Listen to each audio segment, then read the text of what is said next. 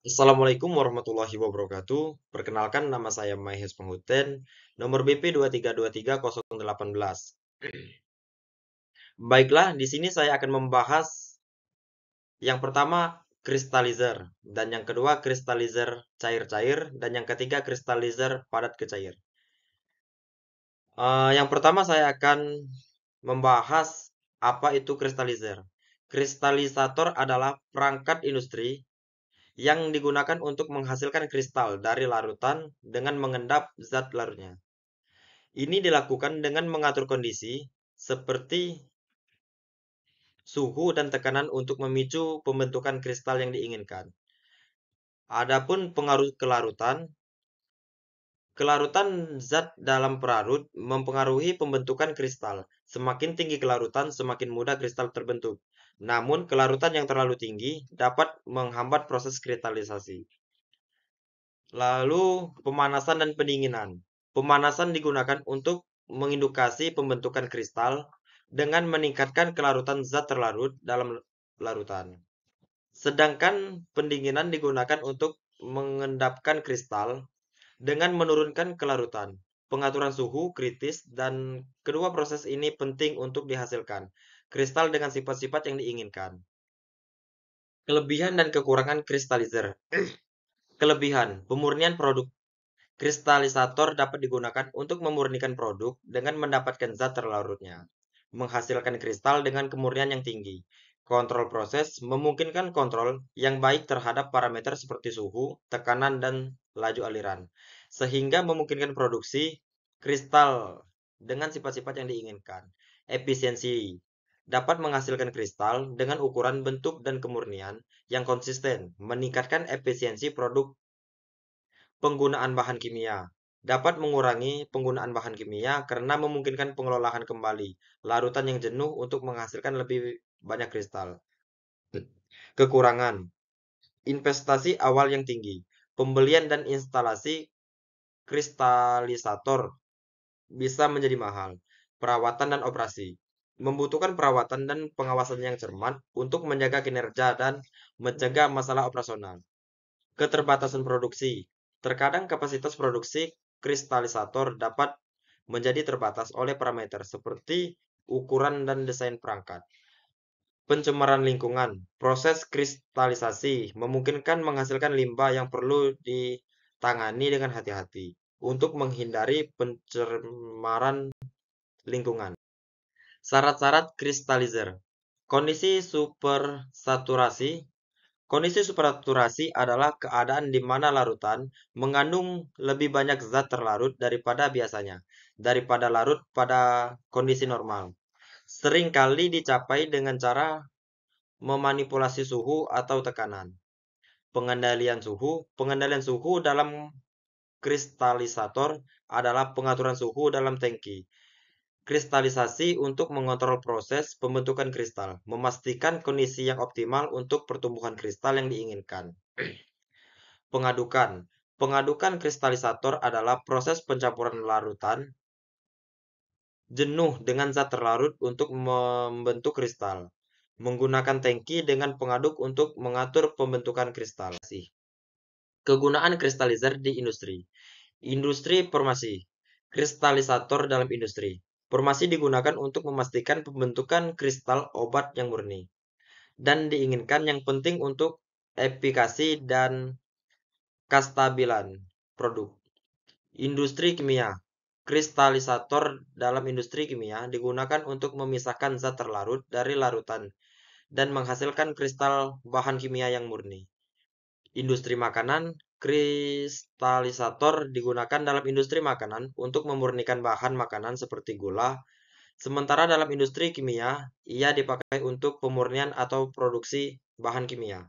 Blok diagram aliran neraca massa kristalisasi. F sama dengan P ditambah S. F di mana feed solution dan S saturated solution dan P kristal. Contoh soal neraca massa kristalisasi. Tentukan massa kristal gula yang dihasilkan dari proses kristalisasi gula dengan menggunakan bahan baku 100 kg larutan sukrosa 75%.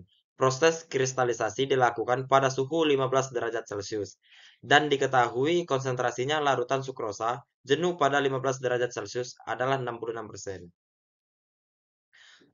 Solusi: basis 100 kg, umpan larutan sukrosa. Misal F adalah A, S adalah B, dan P adalah C. Bahan baku 100 kg. A.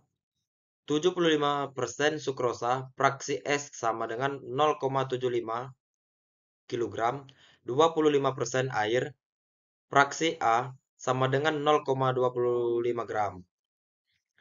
Dan B. Larutan sukrosa jenuh, 66% sukrosa, fraksi X sama dengan 0,66 gram, kilogram, dan 34% air, fraksi A sama dengan 0,34 kilogram. Dan yang C, produk kristal gula. 100% sukrosa, fraksi X sama dengan 1. Neraca bahan total. A sama dengan B tambah C. 100 kg sama dengan B tambah C. Neraca bahan komponen. A fraksi S sama dengan B fraksi S. Ditambah C fraksi S. 100 0,75 sama dengan B 0,66 ditambah C 1. 75 sama dengan 0,66 B ditambah C. Eliminasi persamaan 1 dan 2. 100 sama dengan B tambah C. 75 sama dengan 0,66 B tambah C. 25 sama dengan 0,34 B. B sama dengan 73,53 kg.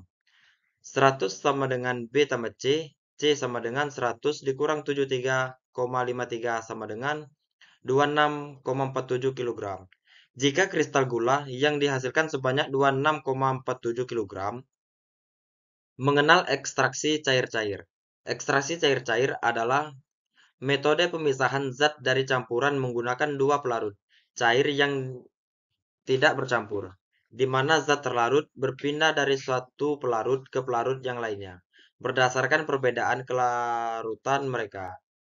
Pengaruh kelarutan. Kelarutan zat dalam pelarut adalah faktor utama yang mempengaruhi efisiensi proses ekstraksi cair-cair. Semakin tinggi kelarutan dalam pelarut, semakin efisiensi zat tersebut dan campuran. Pemanasan dan pendinginan. Pemanasan menambah energi panas untuk meningkatkan suhu. Sementara pendingin mengurangi energi panas untuk menurunkan suhu. Kedua proses ini penting dalam berbagai aplikasi, termasuk industri, ilmu pengetahuan, dan teknologi, untuk mengukur suhu dalam proses pengelolaan material atau kimia. Kelebihan dan kekurangan ekstraksi cair-cair. Kelebihan, efisien, dapat memisahkan zat-zat dengan tingkat keefektifan yang tinggi. Selektivitas, dapat memilih zat yang diekstraksi berdasarkan kelarutan dalam pelarut yang dipilih. Fleksibilitas, dapat dipisahkan pada berbagai jenis campuran zat-zat tersebut. Aman, proses ini umumnya lebih aman dari ramah lingkungan dibandingkan metode pemisahan yang menggunakan pelarut organik beracun. Kekurangan waktu. Proses ekstraksi cair-cair sering membutuhkan waktu yang lebih lama untuk mencapai kesetimbangan antara dua fase cair.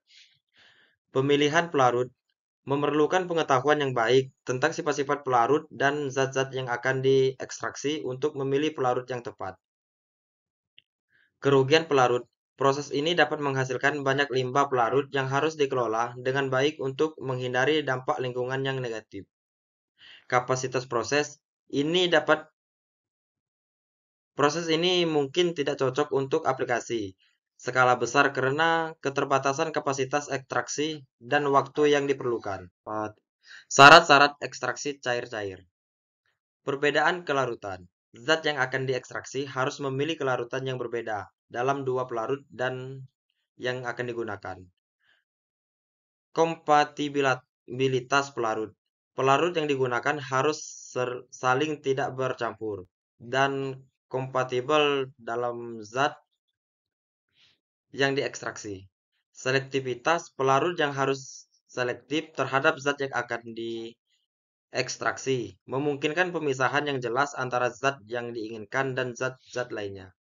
Laju transfer, proses ekstraksi harus memungkinkan transfer zat terlarut dari suatu pelarut ke pelarut yang secara efisien dalam waktu yang wajar. Kegunaan ekstraksi di industri. Industri farmasi. Ekstraksi dalam industri farmasi adalah proses penting untuk pemurnian bahan baku, pembuatan obat herbal, pemisahan produk antara dalam produksi obat, sintesis, dan analisis obat. Industri kimia. Di industri kimia, ekstraksi adalah teknik vital yang digunakan untuk pemisahan, pemurnian, dan pengelolaan senyawa kimia dalam berbagai aplikasi. Industri makanan. Dalam industri makanan, ekstraksi digunakan untuk pemisahan dan pemurnian senyawa-senyawa yang penting, bahan mentah, serta pembuatan minuman dan penyulingan dan analisis makanan. Blok diagram aliran neraca massa kristalisasi. F sama dengan P ditambah S. F di mana fit solution dan S saturated solution dan P kristal. Faktor-faktor terjadinya ekstraksi cair-cair. Faktor-faktor yang mempengaruhi ekstraksi cair-cair mencakup kelarutan zat terlarut dalam pelarut yang digunakan, selektivitas pelarut terhadap zat tertentu dalam campuran, kondisi operasional seperti suhu dan tekanan yang mempengaruhi kelarutan dan laju reaksi, rasio fase antara pelarut dan fase sasaran yang menentukan efisiensi efek ekstraksi, serta kemungkinan adanya reaksi kimia antara komponen-komponen dalam campuran yang dapat mempengaruhi proses ekstraksi. Pemahaman mendalam tentang faktor-faktor ini penting dalam merancang proses ekstraksi yang efektif dan efisien dalam aplikasi industri dan laboratorium. Contoh soal ekstraksi cair-cair. Isopropil alkohol dapat dipisahkan dengan ekstraksi cair-cair sebagai pelarut yang digunakannya. Ethylene tetralorida C14 100 kg larutan isopropil alkohol 30% dicampur dengan C14. Setelah ekstraksi pada rafinat diperoleh air 71%, isopropil alkohol 28,1% dan C14 0,9%. Pada fase ekstrak, hasil analisa 94% C14 isopropil alkohol 5,2% dan air. Hitung A jumlah solvent yang digunakan, B jumlah ekstrak yang rafinat, C berapa persen isopropil alkohol yang terekstrak. Basis 100 kg umpan F 100 kg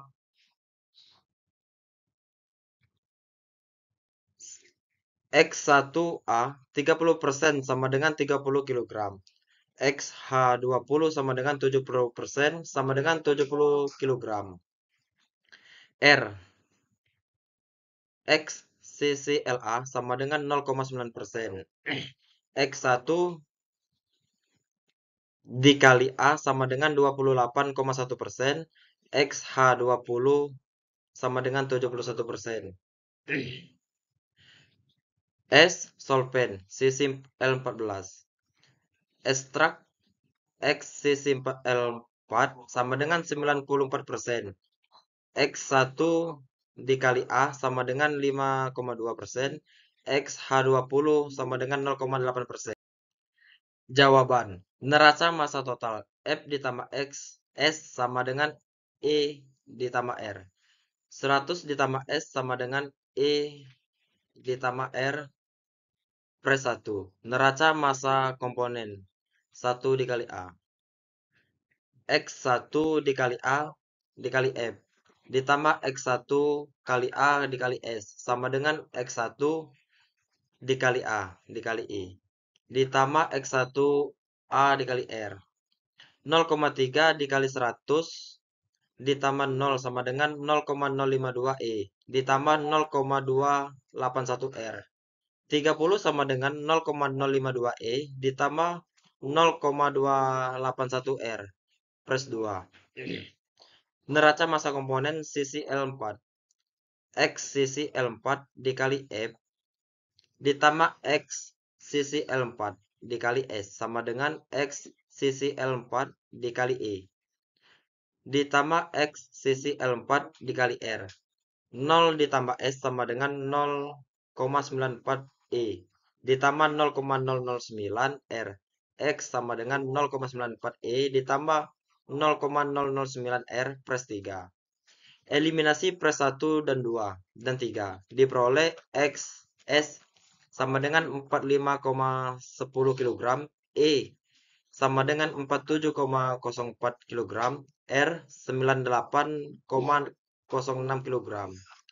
Jadi dapat diketahui jawabannya yaitu A. Jumlah solvent yang digunakan adalah 45,10 gram 10 kg. B. Jumlah ekstrak sama dengan 47,04 kg. Rafinat sama dengan 98,06 kg. Dan yang C. Jumlah 1 A yang terekstrak sama dengan 5,2 per 100 kali 47,04 sama dengan 2,45 kg. Sama dengan 2,45 per 30 dikali 100 sama dengan 8,17%. Mengenal ekstraksi padat cair. Ekstraksi padat cair adalah metode pemisahan di mana senyawa-senyawa diekstraksi dalam bahan padat menggunakan pelarut cair, biasanya digunakan dalam kimia analitik dan industri. Pengaruh kelarutan. Dalam ekstraksi padat cair, kelarutan zat dalam pelarut mempengaruhi efisiensi proses. Semakin tinggi kelarutan, semakin baik ekstraksi dilakukan. Pemanasan dan pendinginan. Dalam ekstraksi padat cair, pemanasan dan pendinginan mengatur kelarutan zat dalam pelarut. Pemanasan meningkatkan kelarutan, sementara pendinginan menurunkan keduanya. Penting untuk mengukur proses ekstraksi. Kelebihan dan kekurangan ekstraksi padat cair. Kelebihan, efisien, memungkinkan ekstraksi senyawa-senyawa tertentu dari bahan padat dengan tingkat kemurnian yang tinggi. Selektivitas, dapat memilih senyawa-senyawa yang diekstrak berdasarkan kelarutan mereka dalam pelarutan yang digunakan. Fleksibilitas dapat diaplikasikan pada berbagai jenis sampel padat dan pelarut. Mudah dikontrol. Proses pemanasan dan pendinginan dapat digunakan untuk mengatur laju ekstraksi dan kelarutan zat terlarut dalam pelarut. Rendahnya resiko pencemaran. Mengurangi resiko kontaminasi karena proses ini dilakukan dalam fase cair. Kekurangannya, waktu dan tenaga.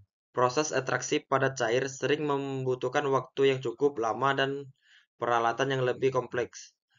Keterbatasan pelarut. Tidak semua senyawa larut dalam pelarut tertentu, sehingga pemilihan pelarut yang tepat menjadi kunci. Potensi kerusakan. Pemanasan yang berlebihan dapat merusak senyawa-senyawa yang sensitif terhadap panas. Pengelolaan limbah. Diperlukan manajemen limbah yang efektif untuk mengelola limbah pelarut yang dihasilkan selama proses. Kegunaan ekstraksi di industri. Ekstraksi adalah proses penting dalam industri untuk pemisahan dan pemurnian senyawa-senyawa dalam bahan mentah. Dalam farmasi digunakan untuk membutuhkan obat herbal dan memurnikan bahan baku. Di makanan berguna untuk membuat minyak dan pemurnian bahan makanan. Sedangkan di industri kimia itu penting untuk pemisahan senyawa dan pemurnian bahan baku. Di industri minyak dan gas digunakan dalam pemurnian minyak mentah dan dalam industri lingkungan digunakan untuk pemurnian limbah dan pemisahan polutan. Blok diagram aliran neraca massa ekstraksi padat cair. F di mana umpan dan X pelarut, R refinat, dan E ekstrak. Contoh soal neraca massa ekstraksi padat cair. Umpan kelapa sawit kering 1000 kg mengandung padatan sebanyak 97%. Akan diekstrak dengan menggunakan heksana murni. Larutan ekstrak mengandung 15% minyak. Refinat mengandung 0,2% minyak dan sisanya padatan. Hitunglah jumlah pelarut. yang digunakan. Penyelesaian basis 1000 kg umpan biji sawit kering. F sama dengan 1000 kg, X minyak sama dengan 3%. Fraksi padatan sama dengan 97%, dan X S fraksi heksana sama dengan 100%. Underflow U. Fraksi minyak sama dengan 0,2%, fraksi padatan sama dengan 9,8%, ekstrak E. Fraksi minyak 15%, fraksi heksana 85%. Neraca massa total F ditambah S sama dengan U ditambah E. 1000 ditambah S sama dengan U ditambah E. Neraca massa komponen padatan. Fraksi P dikali F ditambah fraksi P dikali S sama dengan fraksi P dikali U ditambah fraksi P ditambah E. 0,97 1000 sama dengan 0,998 U. U sama dengan 971,94 kg. Neraca massa komponen minyak 0,03 1000 sama dengan 0,15 E ditambah 0,2 971 74. 0,15 E sama dengan 30 dikurang 1,94 E sama dengan 187,06 kg. Neraca massa komponen heksana. Fraksi H dikali F ditambah fraksi H dikali S sama dengan fraksi H dikali U ditambah fraksi H dikali E. 1 dikali S sama dengan 0,85 187,06. S sama dengan 159 kg heksana murni. Neraca massa total F ditambah S sama dengan U ditambah E. 1000 ditambah 159 sama dengan 971,94 ditambah 187,06. 1159 kg umpan sama dengan 1159 kg produk dan refinan. Jadi pelarut yang digunakan sebanyak 159 kg. Baik, sekian presentasi dari saya. Lebih dan kurangnya saya minta maaf. Assalamualaikum warahmatullahi wabarakatuh. Waalaikumsalam.